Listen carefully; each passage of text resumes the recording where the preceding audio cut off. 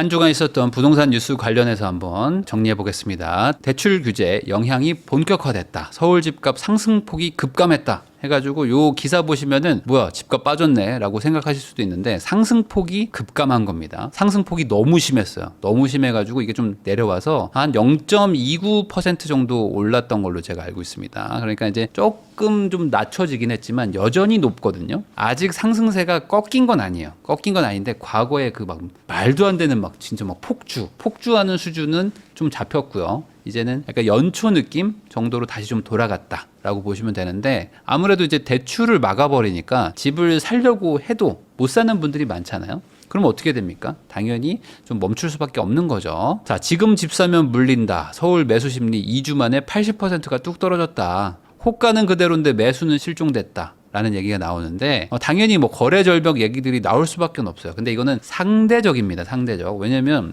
지금 6월달, 7월달에 거래량이 엄청 많았어요. 엄청 많다 보니까 뭐 80% 매수 심리가 뭐 떨어진 것도 있고 당연히 돈줄이 막힌 것도 있고 하니 전전달에 비교하면은 거래 절벽 수준인 거죠. 자, 갭 투자 막힌 마레프 거래가 0건이다. 강남 3구 한강벨트 관망세가 뚜렷하다. 그러니까 뭐 마포 레미안 푸르지오라고 해가지고 소위 이제 한 20억대 정도의 가장 그 일반적인 아파트라고 부르는 마레프가 갭 투자가 막힌 이후로 지금 거래가 없다라고 하는데 사실 지금 한 2주 정도 됐습니다. 2주 정도인데 거래가 막힐 수밖에 없죠. 왜냐하면 특히 마포는 더했던 게 기본적으로 강남 3구와 용산은 원래도 대출 규제가 있었던 곳입니다. 그러니까 대출 규제로 한 절반밖에 대출이 안 나오는 곳인데 여기서 이제 더 낮아진 거고 마포는 대출을 70% 80%까지 해주던 곳이에요. 생애 최초는 대출을 엄청 많이 해줬단 말이에요. 그러니까 고소득인데 현금이 적은 사람들 이런 분들이 대부분 마포를 샀거든요. 마포, 옥수 이런 데 엄청 샀습니다. 그런 분들 입장에서는 대출 받아서 살려고 했던 지역에서 대출을 막아버리니까 어찌 보면 이제 사기가 쉽지 않은 거죠. 강남 3구, 뭐 한강벨트 마찬가지고요. 자, 규제 전에 영끌이 진짜였다. 지난달 생애 최초 매수자가 4년 만에 최대치였다. 그러니까 뭐 생애 최초라는 게 대출도 잘 나오고 하니까 좀 기다렸던 분들도 있었을 거 아닙니까? 이렇게 기다렸다가 야, 지금 사야 돼 하면서 뭐 진짜 말 그대로 이제 패닉 바잉이 일어났죠. 지난달에. 그래서 강력한 대출 규제가 역으로 나왔던 거이기도 합니다. 그러니까 생애 최초도 당연히 늘고 뭐 30대 매수자도 많고 40대 매수자도 많고 어찌 보면 뭐 당연한 얘기였겠죠. 자, 627 부동산 규제에 움츠러든 수요, 단기적 착시 효과가 우려된다. 다양한 공급 세제 정책이 펼쳐져야 된다. 어찌 보면 이제 원론적이지만 뭐 정석적인 얘기겠죠. 우선은 규제를 통해서 수요를 눌렀으니까 이 수요를 누른 정책이 부작용도 있고 여기서 이제 뭐 큰 손해를 보신 분들도 있습니다. 근데 그걸 떠나서 어쨌든 정책으로 한번 누를 필요는 있을 정도의 과열 양상이긴 했는데 눌러놨으면 이제 뭔가를 해야 된다. 그럼 뭐냐? 이제부터는 공급을 많이 하고 뭐 세금도 좀 정리를 해가지고 지금 너무 꼬여 있잖아요. 지금 뭐 서울에 비싼 한 채를 사가지고 오래 거주하면 세금을 많이 깎아줘. 그러니까 부자들을 더 깎아주는 세금 정책이란 말이야. 지금 작은 거 여러 개 가지고 있는 뭐 빌라 임대사업자 이런 사람들은 세금 폭탄을 엄청 맞고 있어요. 그러니까 이렇게 좀 불균형을 풀어야 될 거 아닙니까? 그리고 지방으로도 좀 돈을 보내야 되고 지금 서울 사람들 오히려 지방 사람들이 더더욱 서울에 막 살려고 막 다들 돈 싸들고 오는 이 구조를 바꿔야 될 거 아닙니까? 그러면 공급도 해야 되지만 세금 정책도 좀 바꿔서 수요를 분산시켜야 된다. 이제 이런 얘기를 하는 거죠. 서울주택 매매 10건 중에 7건이 아파트다. 다가구 빌라 매매는 역대 최저 수준이다. 당연하겠죠. 지금 빌라나 다가구, 뭐 오피스텔 이런 것들을 사가지고 돈이 안 된다라는 게 지금 시장의 분위기고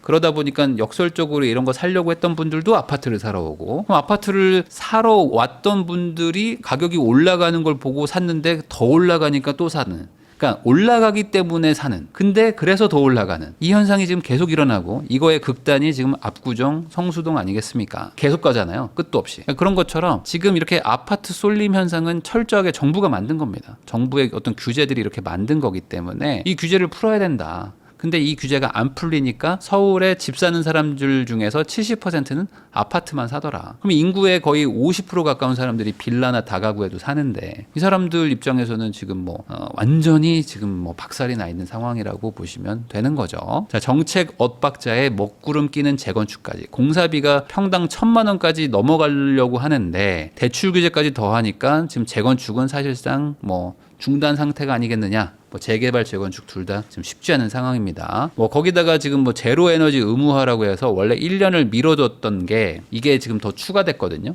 전기량의 몇 퍼센트를 의무적으로 친환경 에너지를 가지고 그걸 만들어내야 됩니다. 이제 아파트를 만들 때도 뭐 태양광을 쓰든 뭐 지열 에너지를 쓰든 뭐가 됐든지 간에 친환경 에너지를 통해서 자체적으로 전력을 생산해라. 이게 그 제로 에너지 뭐 이런 거거든요. 이게 공사비를 또 엄청 올릴 거 아니에요. 그냥 가뜩이나 지금 공사비가 올라갔는데 여기에 추가 공사비를 얹은 다음에 대출을 막아버려. 그러니까 이제 재건축은 쉽지 않겠죠. 자, 거기다 뭐 이주비도 막아버리고 하니까 그러면 우리가 재건축을 어떻게 하냐? 돈이 없는데 못하지. 지금 뭐 다주택자는 이주비도 아예 막아버렸거든요. 1+1 받은 사람들은 지금 나 호실 바꿔줘. 안 그러면 나 못해. 뭐 이러고 있습니다. 지금 이쪽도 지금 아비규환이다. 자, 조합원 절반 이주비가 끊길 판이다. 재개발도 패닉이다. 그러니까 재개발 재건축을 많이 해야지만 공급이 되는데 공급 쪽이 어쨌든 대출 규제가 약간 좀 재개발 재건축 쪽은 잘 이해도가 별로 높지 않았던 것 같아요. 이번 규제 정책을 보면요. 그냥 우선 갭 투자를 막아야겠다. 여기에 꽂혀가지고 재개발 재건축은 좀 복잡하잖아요. 근데 이쪽을 뭔가 그 실무자가 뭐 의견을 얘기를 못했는지 여기가 좀 부작용이 일어나고 있습니다. 근데 정부는 공급 많이 하겠다고 했는데 재개발 재건축을 규제해? 이렇게 되니까 어떡하지? 이쪽은 이제 또 패닉에 빠진 거고요. 자, 그러다 보니까 이제 추가 이주비라는 개념으로 해가지고 이제 그 시공사나 뭐 이제 시행하는 곳에서 우리가 그럼 돈 빌려줄게. 라고 해서 우리 현금 많아, 우리 회사 돈 많아요, 우리가 그냥 싸게 빌려드리겠습니다. 물론 이제 뭐 이자 후불제 같은 개념이긴 하지만 이래나 저래나 공사비에 다 포함이죠. 어쨌든 우리가 돈 더 빌려드릴 테니까 우리를 뽑아주세요 하면서 지금 대형 건설사들 위주로 지금 시공사 수주 전쟁이 또 붙은 거죠. 그러니까 또 상대적으로 좀 이렇게 영세한 곳들은 안 되는 거고. 자, 22주째 오르는 서울 전셋값, 임대차 2법 손질론이 재점화됐는데 임대차 2법 뭐 3법 해가지고 이쪽이 지금 문제다라는 얘기는 정말 몇 년째 해왔잖아요. 근데 이게 계속되고 있습니다. 계속되면 될수록 계속 또 부작용이 지금 반복되는 거고, 최근에 전세 물량이 많이 줄어드는 것도 이 임대차 2법의 문제 중에 하나인 거죠. 2+2가 생기다 보니까 원래라면은 나와야 될 분들이 그냥 전세가 올라간 김에 저 2년 더 살게요 해가지고 지금 살기 좋은 동네들의 전세가 쫙 없어졌어요. 전세가 없으니까 새로 들어가는 사람들 입장에서는 전세를 엄청 올려주고 들어가야 된단 말이에요. 이 전세를 올려주고 들어가려고 하는데 전세자금 대출 규제, 뭐 전세를 끼고 집 사지 말라 하니까 어떻게 합니까? 그럼 전세 물량이 더 없어지네. 그러니까 반전세, 월세 이런 것만 나오는 거예요. 그럼 이제 꼭 들어가야 되는, 특히 뭐 학군지 이런 데들은 비싼 월세 주고 들어가야죠. 그러니까 이거를 좀 바꿔야 되지 않겠느냐라는 얘기들이 나오고 있는데, 저는 이것도 좀 개정을 좀 했으면 좋겠다. 뭐 취지를 살리더라도 최소한 법조항은 바꿔야 됩니다. 법조항이 너무 그 소송을 하라는 식으로 돼 있기 때문에 이거 가지고 지금 소송하는 사람들이 엄청 많아요. 자, 전세대출 3억 한도 DSR 40%로 뭐 적용한다 하면서 추가 규제설이 지금 시장에 떠돌고 있는데 이것 때문에 시장이 술렁술렁 하고 있다는 겁니다. 뭐 청년 세대 무주택자 대출도 뭔가 막을 수 있다. 그러니까 전세라는 건 어찌 보면은 이제 사회초년생이나 뭐 젊은 분들이 전세를 많이 살죠. 물론 뭐 돈 있는 분들이 뭐 일부러 전세 사는 경우도 있지만, 그러면 이런 분들 입장에서는 왜 나는 뭐 집 사겠다고 하는 것도 아닌데 왜 나를 규제해? 근데 사실은 전세를 사는 것 자체가 집주인한테 돈을 빌려주는 행위이기 때문에 이걸 규제를 안 하기도 뭐한 상황. 그러니까 이게 이제 돌고 돌아서 이제 어떤 식으로 시장에 영향을 줄 것인가. 전세 대란 현실화하나. 서울 전세 매물이 한 달 새 3%가 줄었다. 그러니까 최근에 지금 전세 물량이 빠르게 급감하고 있거든요. 그러니까 지금 집주인들 입장에서도 전세를 주기가 쉽지가 않습니다. 그럴 바엔 그냥 실거주 하자. 왜냐면 지금 뭔가 지금 전세를 주고 있는 임대를 하는 사람한테 뭔가 규제를 계속 할 것 같아. 뭐 맞죠? 지금 돌아가는 분위기가. 뭐 대출도 안 해주려고 하지만 전세 주고 있으면 뭔가 좀 뭔가 타격을 줄 것 같은 그 느낌으로 계속 간단 말이에요. 이왕 뭔가 줄 거면 확실히 월세로 주든지 어떻게든 실거주를 하든지 아니면 뭐 우리 아들 살게 해야 되겠다, 이런 얘기들이 지금 나오고 있는 거죠. 내 집 마련도 전세도 어렵다. 월세 가속화에 주거 양극화가 우려되고 있다. 근데 이거는 뭐 어쩔 수 없는 부분도 있는 것 같습니다. 왜냐면 뭐 전세가 좋은 점도 있고 나쁜 점도 있는 거고, 월세가 반대로 얘기하면 좋은 점도 있고 나쁜 점도 있는 거거든요. 그러면 전세가 좋은 점만 보시는 분들은 전세의 나쁜 점을 무시하는 거잖아요. 근데 전세의 나쁜 점도 분명히 있습니다. 그럼 전세의 나쁜 점들이 뭐 예를 들어 지금 뭐 보증보험 뭐 이쪽에서 사고 터지는 것들, 그다음에 이제 뭐 무분별한 뭐 전세 사기가 막 일어났던 그 원인 중에 하나도 그냥 시세랑 상관없이 막 그냥 전세를 얻었던 분들도 많았잖아요. 그러니까 이런 것들이 막 복합적으로 얽혀 있다 보니까 정부 입장에서 이제 뭐 선택을 해야 되겠죠. 전세를 계속 유지하면서 부작용들을 이제 우리가 안고 갈 것인가. 조금 국민들이 뭐 힘들 수는 있죠. 상대적으로 힘들지만 월세로 좀 전환을 시키면서 시장을 좀 안정화시킬 것인가. 이거에 대해서 이제 선택을 정부가 조만간 할 것 같습니다. 대출 막아도 반년 만에 14억 졌다. 또 신고가 터진 동네 하면서 뭐 압구정 뭐 이런 데들은 신고가가 또 터지더라. 어차피 여기는 뭐 대출이 뭐 큰 의미는 없는 지역이기도 하고요. 토어제기도 하고 뭐 대출 규제도 많고 하다 보니 똘똘한 한 채가 계속되는 한 그냥 돈 많은 사람들은 여기다가 자산을 그냥 저축하는 개념으로 사고 있습니다. 자, 집값이 꺾였다더니 신고가 찍으면서 거꾸로 가는 비강남 중저가 아파트. 그러니까 이번 627 대책의 어쨌든 그 방향성을 보면요. 6억까지는 대출을 해주겠다고 했으니 그럼 6억을 대출받아서 집 살 수 있는 동네들, 그러니까 아주 비싸지 않은 동네들, 그런 데들은 규제가 없는 거나 마찬가지잖아요. 그래서 그런 데들이 지금 꿈틀꿈틀 하고 있고요. 실제 실거래가도 올라가고 있는 모습을 보이고 있습니다. 호가들은 더 많이 튀었고요. 자, 종부세가 3년 만에 늘었다. 부동산 세제 손 안 된다. 그러니까 최근에도 부동산 세제를 손을 안 대겠다는 얘기들이 정부 차원에서 지속적으로 나오고는 있어요. 그러니까 확실히 현 정부가 세금은 당장 건드리지는 않으려고 하는 것 같아요. 이거는 기조가 제가 꾸준히 봤는데 여전히 그 있거든요. 그러니까 세금은 건드리지 말자. 다른 걸 하자. 이런 기조가 아직까지 느껴집니다. 근데 이제 요 세금을 안 건드린다는 게 두 가지 의미가 있을 거니까 증세를 하지 않는다. 뭐 이것도 있겠지만 저는 기존에 꼬여 있는 그 세금 제도 자체를 안 건드린다. 이건 반대거든요. 그러니까 세금 제도 자체를 좀 바꿨으면 싶다. 그러니까 어차피 걷더라도 합리적으로 걷어야지. 뭔가 이렇게 비합리적으로 걷어버리면 완전히 그 시장을 왜곡시키는 것 중에 하나가 세금이거든요. 그래서 이거를 좀 세제에 손을 안 대는 건 아니고 꼬여 있는 걸 좀 푸는 것까지는 좀 하면 좋겠다. 뭐 증세까지는 뭐 안 하더라도. 근데 모르겠어요. 증세를 할 수도 있겠죠. 자, 현금 부자가 몰렸나 최소 7억 원 있어야 되는 둔촌주공의 이제 그 소위 말하는 뭐 무순위 청약 이런 거 나왔잖아요. 여기에 이제 10억을 벌 수 있다 해가지고 사람들이 22만 명이 몰렸습니다. 그러니까 최소 7억은 있는 사람들이다라고 보시면 되는 거예요. 그러니까 그만큼 돈이 많은 무주택자들도 여전히 많습니다. 그러니까 전세를 대출받아서 사시는 분들도 있지만 전세금 그냥 다 자기 돈으로 사는 사람들도 많거든요. 왜냐하면 전세를 살면서 청약 가점 높여가지고 나도 한번 로또 청약 받아봐야지 라고 하는 그 잠재 수요가 얼마나 많겠어요. 제가 아는 분들도 좋은 동네 사시는 분들인데 현금으로 그냥 현금 막 10몇 억을 그냥 전세에 박아놓고 계십니다. 물론 돈이 더 있으세요. 돈이 더 있는데 그럼 왜 집을 안 사세요? 라고 하면은 나 가점이 높아가지고 언젠가 되겠지 뭐 라고 생각하고 그냥 계속 하시는 분들도 있거든요. 자, 강남 부모들이 바쁘네. 지금 물려줘야 돈 아낀다 하면서 우르르 간다. 뭐 이게 뭐 기사가 좀 자극적으로 쓰긴 했지만 이제 증여가 많아진다. 이런 얘기입니다. 과거에 그 가장 종부세가 막 높았던 시절 있잖아요. 뭐 강남 다주택자들이 종부세로 뭐 1억 5천, 2억 냈다. 1년에. 올해도 1억 5천 냈는데 내년에도 1억 5천 내라고 하면서 어떤 일을 벌였냐. 가족들, 특히 이제 자녀한테